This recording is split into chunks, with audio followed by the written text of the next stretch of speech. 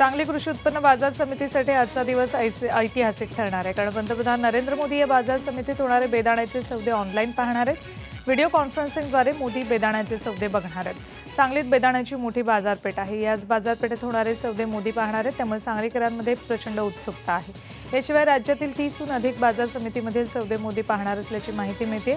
पण शेतकऱ्यांच्या शेतीमालाला भाव नाही, अशा परिस्थितीत या ऑनलाईन पाहणीतून काय साध्य होणार असा सवाल उपस्थित करण्यात येतोय।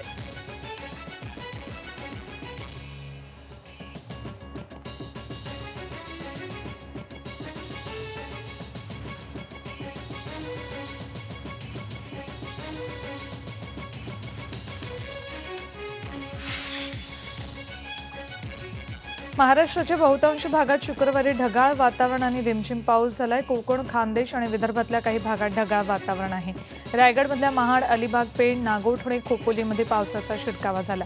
लोणावळ्यातही पावसाची रिपरिप होती, तर बीडमध्ये माजलगाव, वडवणी भागात पाऊस झाल्यानं काढणीला आलेला गहू, ज्वारीचं नुकसान झालंय। जळगाव, धुळे, नंदुरबारसह विदर्भातल्या भंडारा, गोंदिया, अमरावती या जिल्ह्यांमध्येही ढगाळ वातावरण होतं।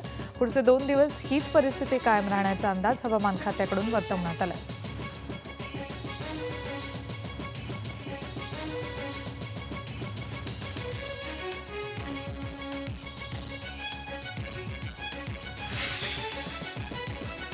राज्यात पेटलेला कचरा प्रश्न 2 आयुक्तांना भोवलाय। औरंगाबाद कचऱ्याच्या प्रश्नावर पालिका आयुक्त दीपक मुगळीकरांची बदली करण्यात आली, तर कल्याण डोंबिवलीच्या कचराही महापालिकेचे आयुक्त पी वेलरसू यांना भोवलाय। त्यांचीही बदली करण्यात आली। औरंगाबादमध्ये गेल्या काही दिवसांपासून कचऱ्याचा प्रश्न पेटला होता। शहरातल्या कचऱ्याचं नियोजन न झाल्यामुळे आजूबाजूच्या गावांमध्ये संघर्ष पेटला होता। पोलिसांनी मिटमिटा गावात घुसून गावकऱ्यांच्या घरावर दगडफेक केली होती, त्यामुळे पोलीस आयुक्त यशस्वी यादव यांनाही सक्तीच्या रजेवर पाठवले। तर कल्याणमध्ये गेल्या काही दिवसांपासून डम्पिंग ग्राउंडला लागलेल्या आगीमुळे कचऱ्याचा प्रश्न पेटला होता। महापौरांनी या समस्येचं खापर आयुक्तांवर फोडलं होतं, त्यामुळे वेलरासू यांची कल्याण डोंबिवली महापालिकेतून उचलबांगडी करण्यात आली आहे।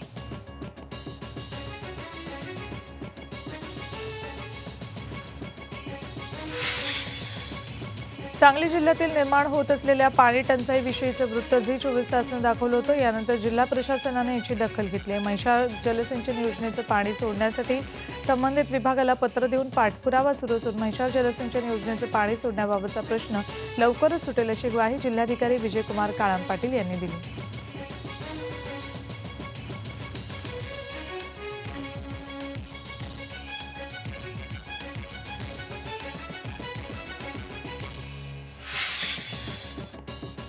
कल्याण डोंबिवली महानगरपालिकेचे वादग्रस्त आयुक्त पी वेलरासू यांची बदली झाली। वेलरासू यांनी कल्याण डोंबिवलीतील कचऱ्याचा प्रश्न हाताळताना अत्यंत हलगर्जीपणा दाखवल्याचा आरोप आहे।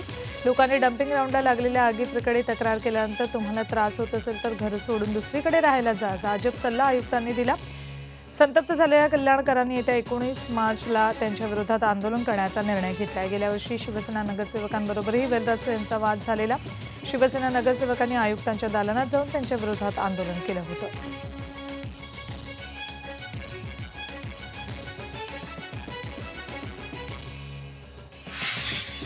मुंबईतील नवीन बांधकामांबाबत सर्वोच्च न्यायालयानं मोठा निर्णय दिलाय। नवीन बांधकामांना सर्वोच्च न्यायालयानं सशर्त परवानगी दिली आहे। 2016 पासून नवीन बांधकामांवर असलेली बंदी न्यायालयानं 6 महिन्यांसाठी उठवली आहे। मुंबई उच्च न्यायालयाच्या निर्णयाला महाराष्ट्र चेंबर ऑफ हाऊसिंग इंडस्ट्रीच्या वतीनं सर्वोच्च न्यायालयात आव्हान देण्यात आलं होतं।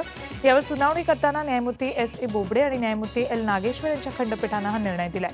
मुंबईतील विकासकांनी घेतलेली मोठी कर्ज यांचाही सर्वोच्च न्यायालयानं विचार केला, मात्र ही बंदी उठवताना न्यायालयानं देवनार आणि मुलुंड क्षेपणभूमीवर नवा कचरा टाकण्यास मनाई केली आहे। यावर उपाय म्हणून मुंबई पालिकेनं अशा 10 नव्या जागांची यादी सादर केली आहे, जिथे जमिनीची होणारी धूप भरून काढण्यासाठी डेब्रिज टाकण्याची आवश्यकता आहे। त्यामुळे या जागा मालकांकडून ना हरकत प्रमाणपत्र मिळवणं महापालिकेला अनिवार्य असेल असं न्यायालयानं स्पष्ट केलंय। यासोबतच इतर बाबींची काटेकोरपणे पूर्तता होते की नाही या संदर्भात पालिकेला सविस्तर पाहणी अहवाल सादर करण्याचे निर्देश सर्वोच्च न्यायालयानं दिलेत।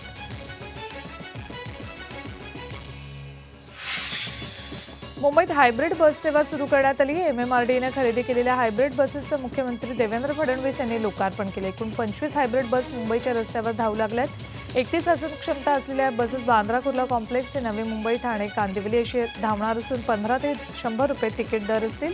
मेक इन इंडिया अंतर्गत या बसेससाठी केंद्र सरकारकडून 15 कोटी रुपये मिळाले। 25 बसेसच्या खरेदीसाठी एकूण 50 कोटी खर्च आले। MMRDA या बसेस या बेस्टकडे चालवण्यासाठी देणार आहे. दरम्यान प्रोटोकॉल डावलून सह्याद्री अतिथीगृहावर हायब्रिड बसेसचा अनावरण सोहळा मुख्यमंत्र्यांनी स्वतःच उरकून घेतल्यानं मुंबईचे महापौर विश्वनाथ महाडेश्वर नाराज झाले. या कार्यक्रमाला मुंबईच्या महापौरांना निमंत्रण दिलं नसल्यानं महापौरांनी नाराजी व्यक्त केली.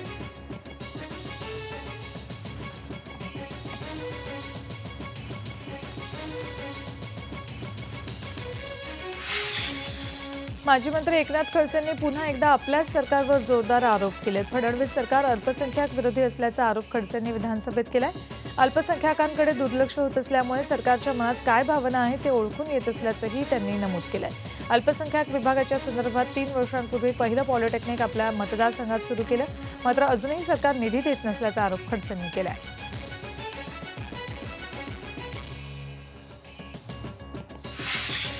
सीडीआर प्रकरणी ठाणे पोलिसांच्या गुन्हे शाखेनं अभिनेता नवाजुद्दीन सिद्दीकीचे वकील रिजवान सिद्दीकी यांना मुंबईत अटक केली आहे. प्रसिद्ध गुप्तहेर रजनी पंडित यांच्यानंतर मोठी कारवाई म्हणून रिजवान सिद्दीकी यांच्याकडे पाहिलं जाते. 23 फेब्रुवारीला जबाब नोंदवूनही कोणतीही नोटीस न देता अटक केली असा खुलासा रिजवान सिद्दीकी यांनी केलाय. सिद्दीकी यांची चौकशी करून कोर्टात नेण्यात येईल असं गुन्हे शाखेकडून स्पष्ट करण्यात आलंय.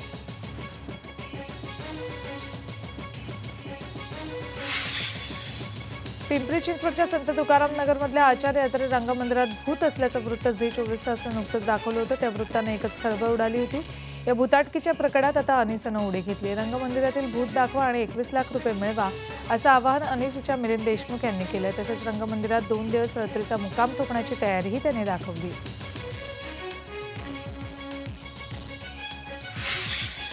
राज्यात आता 10वी आणि 12वी परीक्षा पास करून देण्यासाठी चक्क बनावट बोर्ड तयार झाले. राज्य सरकारच्या माध्यमिक आणि उच्च माध्यमिक बोर्डाप्रमाणे नाव देत ठाणे, औरंगाबाद, लातूर परिसरात ही बोगस मंडळं तयार झाली. विविध शासकीय परवानग्या असल्याचे दावे करत विद्यार्थ्यांना गंडवलं जात आहे. हा संपूर्ण प्रकार झी24 तासनं समोर आणलाय.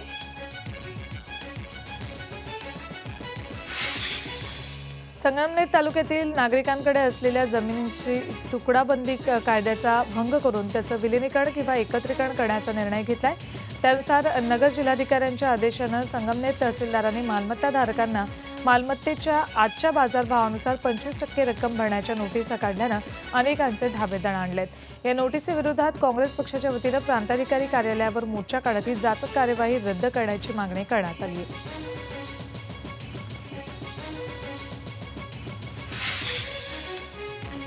मराठा समाजाचं सर्वेक्षण करणाऱ्या डॉक्टर बाळासाहेब सराटे यांना औरंगाबादेत मराठा समन्वयक समिती सदस्यांनी काळं फासलं. मराठा समाजाला आरक्षण देण्यासाठी नारायण राणेंच्या अध्यक्षतेत समितीचं काम सुरू असताना पुण्याच्या संस्थेनं 16 लाख मराठा बांधवांचं सर्वेक्षण केलं होतं. असं असताना बाळासाहेब सराटे यांच्यामुळे आरक्षणाला विलंब होत असल्याचा आरोप मराठा क्रांती मोर्चा समन्वयकांनी केलाय.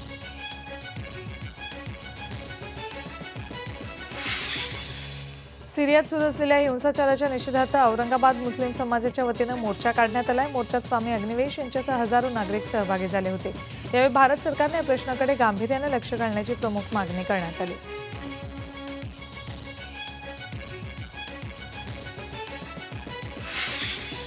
रायगड जिल्ह्यातल्या खालापूर पोलिसांनी घरफोडी प्रकरणात एका हायटेक चोराला अटक केली. हा चोर चक्क सॉफ्टवेअर इंजिनियर आहे. या चोरानं रायगड जिल्ह्यात नुसत्या घरफोड्याच नाही केल्या तर अनेक सहकारी पतसंस्था, बँकांची देखील फसवणूक केली. हेमंत भदाणे असं या आरोपीचं नाव आहे. श्रीमंत माणसांची रेकी करून आपल्या साथीदारांच्या मदतीनं रात्रीच्या वेळेस घरफोडी करायचा. घरफोडीत मिळालेलं सोनं त्यानं कर्जतच्या एका सोने तारण बँकेत ठेवलं होतं. खालापूर पोलिसांनी त्याच्याकडून घरफोडीतलं सर्व सोनं हस्तगत केलं असून या टोळीनं चोरलेले 30 मोबाईलही जप्त केले. नागपुरातील वीज वितरण फ्रँचायझी SNDL लिमिटेडतर्फे वीज चोरी करणाऱ्यांविरोधात धडक मोहीम राबवण्यात आली. यात 50 लाख रुपयांची वीज चोरी पकडण्यात आली. 2 दिवस चाललेल्या या मोहिमेत ताजबाग परिसरातील 91 घरांची तपासणी करण्यात आली. यापैकी 84 घरात वीज चोरीची प्रकरणं उघडकीस आली आहेत. कारवाई दरम्यान मीटरमध्ये छेडछाड, पोटेन्शियल लिंक कट, रिमोट किटच्या मदतीने वीज चोरीच्या अनेक घटना समोर आल्यात. तर कारवाई दरम्यान SNDLच्या पथकावर असामाजिक तत्वाद्वारे दगडफेकही करण्यात आली. या प्रकरणी पोलिसांनी 6 व्यक्तींना ताब्यात घेतले. मोदी नोटबंदी GSTमुळे व्यापार तोट्यात गेल्याची पोस्ट फेसबुकवर करून एका उद्योजकानं कराडमध्ये आत्महत्या केली. राहुल राजाराम फाळके असं या 35 वर्षीय उद्योजकाचं नाव. शनिवार पेठेत मंगलमूर्ती ज्वेलर्स नावाचं दुकान उद्योजकाचं आहे. कोपाडे रेल्वे फाटकाजवळ गाडी खाली या तरुणानं आत्महत्या करून आपलं जीवन संपवलं.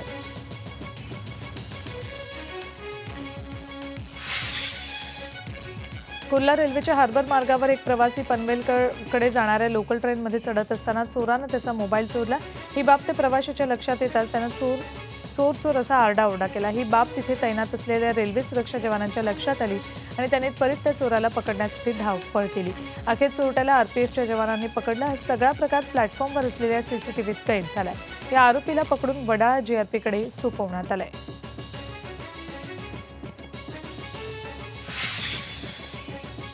पुण्यात गुटखा भरलेले 4 ट्रक पकडण्यात आले। पोलीस आणि अन्न आणि औषध प्रशासनानं संयुक्तपणे चाकणमध्ये ही कारवाई केली। हे 4ही ट्रक गुजरातमधून आले होते। 4 ट्रक भरून आलेल्या या गुटख्याची किंमत लाखोंच्या घरात आहे। हा सगळा गुटखा चाकणमध्ये विक्रीसाठी आणण्यात आला होता। गुटख्याचे व्यापारी आणि मुख्य आरोपी गणेश आणि निलेश बोराडे यांच्यासह 4 ट्रक चालकांना ताब्यात घेण्यात आले।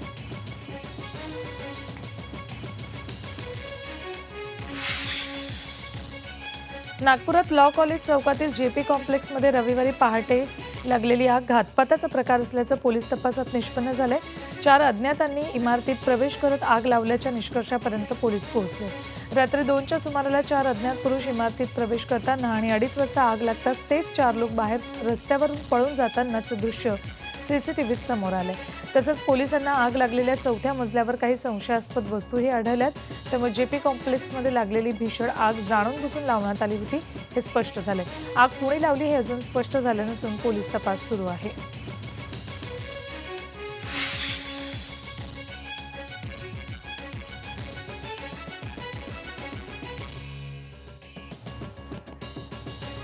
राज्यात येत्या रविवारपासून म्हणजेच गुढीपाडव्यापासून प्लास्टिक पिशव्यांवर बंदी घालण्याचा निर्णय राज्य सरकारनं घेतलाय। मात्र त्यामुळे दुधाचे दर 50 पैसे तर बाटलीबंद पाण्याचे आणि कोल्ड्रिंकचे दर 1 रुपयांनी वाढणार आहेत।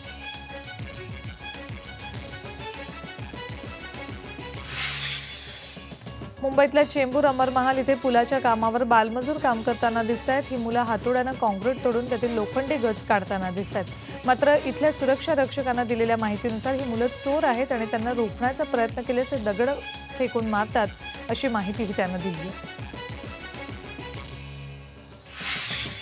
रत्नागिरी जिल्ह्यातील देवरुख जवळील वायंगणे नवेलेवाडी इथल्या एका विहिरीत बिबट्या पडला होता।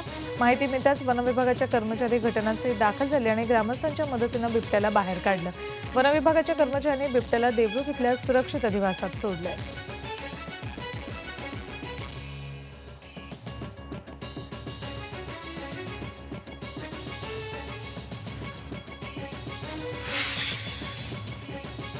आता देश विदेशातल्या बातम्या। काँग्रेस अध्यक्ष राहुल गांधींच्या नेतृत्वात पहिल्यांदाच नवी दिल्लीत राष्ट्रीय अधिवेशन होते। 84व्या राष्ट्रीय अधिवेशनाची सुरुवात राहुल गांधी यांच्या अध्यक्षीय भाषणाने होईल। आगामी 5 वर्षात पक्षाची दिशा कशी असेल हे राहुल गांधी या अधिवेशनात स्पष्ट करतील। काँग्रेस कार्यकर्त्यांमध्ये उत्साह निर्माण करणारं राहुल गांधींचं भाषण असेल असं बोललं जातंय। राहुल यांच्या अध्यक्षीय भाषणानंतर दुपारी सोनिया गांधी कार्यकर्त्यांना संबोधित करतील। सध्याच्या राजकीय परिस्थितीबाबत सोनिया भाष्य करतील। त्यानंतर रविवारी दुपारी राहुल गांधी यांचं समारोपाचं भाषण होईल। सरकारच्या फसव्या योजना, बेरोजगारी, औद्योगिक पिछेहाट, जातीय दंगली आणि लोकशाहीला धोका अशा विविध मुद्द्यांवर राहुल गांधी मोदी सरकारला लक्ष्य करण्याची शक्यता आहे। दिल्लीत सुरू होत असलेल्या काँग्रेस अधिवेशनात नव्यानं पक्षात आलेले भाजपचे माजी खासदार नाना पटोलेही सहभागी झालेत। उत्तर प्रदेशातल्या गोरखपूर आणि फुलपूरसोबत भंडारा गोंदियामध्ये निवडणूक घेण्यात का आली नाही असा सवाल त्यांनी केंद्र सरकारला केलाय। त्यांनी याबाबत मुख्य निवडणूक आयोगाला पत्रही पाठवले।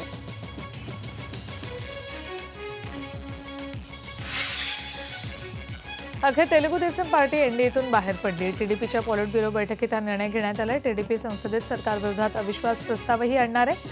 आंध्र प्रदेशला विशेष दर्जा द्या अशी टीडीपीची मागणी होती। केंद्र सरकार आंध्र प्रदेशला विशेष दर्जा द्यायला तयार नव्हतं।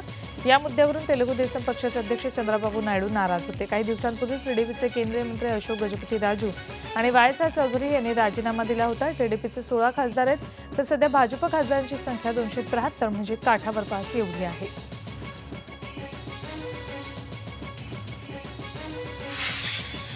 एनडीएचा घटक पक्ष असलेल्या चंद्राबाबूंच्या टीडीपीनं मोदी सरकारविरोधात अविश्वास प्रस्ताव आणण्याच्या हालचाली सुरू केल्यात। विशेष म्हणजे टीडीपीच्या या प्रस्तावाला काँग्रेसनेही संधी साधत पाठिंबा दिलाय।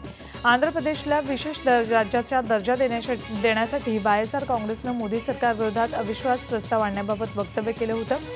त्याच्यावर कुरघोडी करण्यासाठी टीडीपीनं जोरदार हालचाली सुरू केल्यात। इतर घटक पक्ष आणि प्रादेशिक पक्षांशीही टीडीपी चर्चा करणार असल्याचं समजतंय।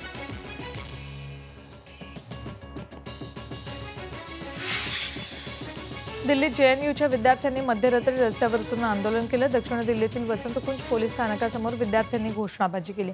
विद्यार्थ्यांनी मध्यरात्री जेएनयू ते वसंतकुंज पोलीस ठाण्यापर्यंत मोर्चा काढला। विद्यापीठातील प्राध्यापक अतुल जोहरी यांच्यावर छेडछाडीचा आरोप करत विद्यार्थी आक्रमक झाले होते।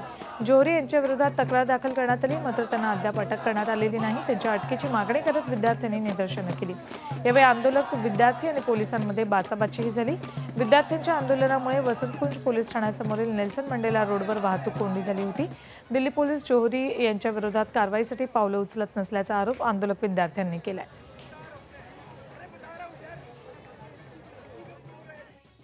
एक आदमी जो सीरियल सेक्सुअल ऑफेंडर है, उसको बचाने का कोशिश किया जा रहा है। यहाँ पे कोई एक केस नहीं है उनके खिलाफ, 7 लड़कियों ने एफआईआर बाकायदा दर्ज किया है। तो उसके ऊपर पुलिस को भी सतर्कता से कंप्लेन दर्ज करने के बाद सीधे इन्वेस्टिगेशन में जाना चाहिए था। उनको अरेस्ट किया जाए, वहाँ कैंपस से उनको सस्पेंड किया जाए। वो किसी भी पावर पोजीशन पे, किसी भी उस टीचिंग पोजीशन पे नहीं रह सकते हैं जहाँ पे उनका हायरार्की में ऊपर स्थान हो। उनको तुरंत सस्पेंड किया जाए और इनको, क्योंकि वो नॉन बेलेबल ऑफेंस पे हैं ऑलरेडी, उनको अरेस्ट किया जाए, ये हमारा डिमांड है। प्रसिद्ध पॉप सिंगर दलेर मेहंदीला मानवी तस्करीच्या गुन्ह्यात दोषी ठरवण्यात आले। पंजाबमधल्या पटियाला न्यायालयानं हा महत्त्वपूर्ण निकाल दिलाय, मात्र दलेर जामीन मिळाल्यानं सध्या तरी तो मोकाट आहे। 2003 मध्ये दलेर मेहंदीवर मानवी तस्करीचे आरोप झाले होते। त्यानंतर बख्शिश सिंग नावाच्या व्यक्तीनं तक्रार केल्यानंतर 2003 मध्ये दलेर विरोधात गुन्हा दाखल करण्यात आला होता। दलेरचा भाऊ शमशेर विरोधातही मानवी तस्करीचा गुन्हा दाखल करण्यात आला होता। दलेर बंधूंच्या विरोधात फसवणुकीचेही 35 गुन्हे दाखल करण्यात आले आहेत।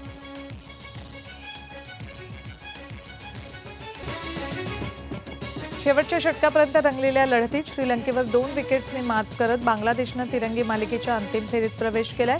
अंतिम फेरीत बांगलादेशची गाठ भारताशी पडणार आहे। श्रीलंका विरुद्ध बांगलादेश लढतीतील शेवटचं षटक नाट्यमय आणि वादालाही तोंड फोडणारं ठरलं। शेवटच्या षटकात बांगलादेशला 6 चेंडूत 12 धावांची गरज होती। पहिला चेंडू बाउन्सर असूनही वाईट देण्यात न आल्यानं बांगलादेशचे फलंदाज आश्चर्यचकित झाले। त्यानंतर दुसरा चेंडू त्याच्यापेक्षा अधिक उसळी घेणारा होता, मात्र नो अथवा वाईट देण्यात न आल्यानं वादाला तोंड फुटलं। कर्णधार शाकिब अल हसननं मोहम्मदुल्लाह आणि रुबल हसनला मैदान सोडण्यासाठी खुणावलं। काही काळ तणावही निर्माण झाला, मात्र पंचांचा हस्तक्षेप आणि श्रीलंकेच्या खेळाडूंनी केलेल्या मंथरणीनंतर खेळ पुढे सुरू झाला। त्यानंतर अखेरच्या चेंडूवर खणखणीत षटकार ठोकून मोहम्मदुल्लाहनं बांगलादेशचा विजय साकारला। मुंबई क्रिकेट असोसिएशनची समिती बरखास्त करून व्यवस्थापक नेमण्याची मागणी बीसीसीआयनं मुंबई उच्च न्यायालयात केली। 18 महिने उलटले तरी एमसीएकडून लोढा समितीच्या निर्देशांचं पालन होत नसल्याचा आरोपही बीसीसीआयनं केलाय। T20 लीग विरोधात नदीम मेमन यांनी उच्च न्यायालयात याचिका केली आहे। लोढा समितीच्या शिफारशीनुसार बेकायदा असलेल्या समितीला व्यावसायिक स्पर्धा आयोजित करण्याचा अधिकार नसल्याचा दावा याचिकाकर्त्यांनी केलाय। मुंबई क्रिकेट असोसिएशनला 2 आठवड्यात भूमिका स्पष्ट करण्याचे निर्देश उच्च न्यायालयानं दिले। ऑल इंग्लंड बॅडमिंटन चॅम्पियनशिपमध्ये पीव्ही सिंधूनं उपांत्य फेरीत धडक मारली। तिनं उपांत्यपूर्व फेरीत नोझोमी ओकुहाराचा 20-22, 21-18, 21-18नं पराभव केला। वर्ल्ड चॅम्पियन ओकुहारानं पहिल्या गेममध्ये सहज बाजी मारली होती, मात्र दुसऱ्या गेममध्ये सिंधूनं फिनिक्स पक्षाप्रमाणे भरारी घेत जोरदार पुनरागमन केलं। तिसऱ्या आणि निर्णायक गेममध्येही सिंधू ओकुहारावर भारी पडली आणि तिनं उपांत्यपूर्व फेरीचा आपला प्रवेश निश्चित केला। आता उपांत्य फेरीमध्येही तिच्याकडून चांगल्या कामगिरीची अपेक्षा भारतीय बॅडमिंटन प्रेमींना असेल। झी 24 तास रहा एक पाऊल पुढे।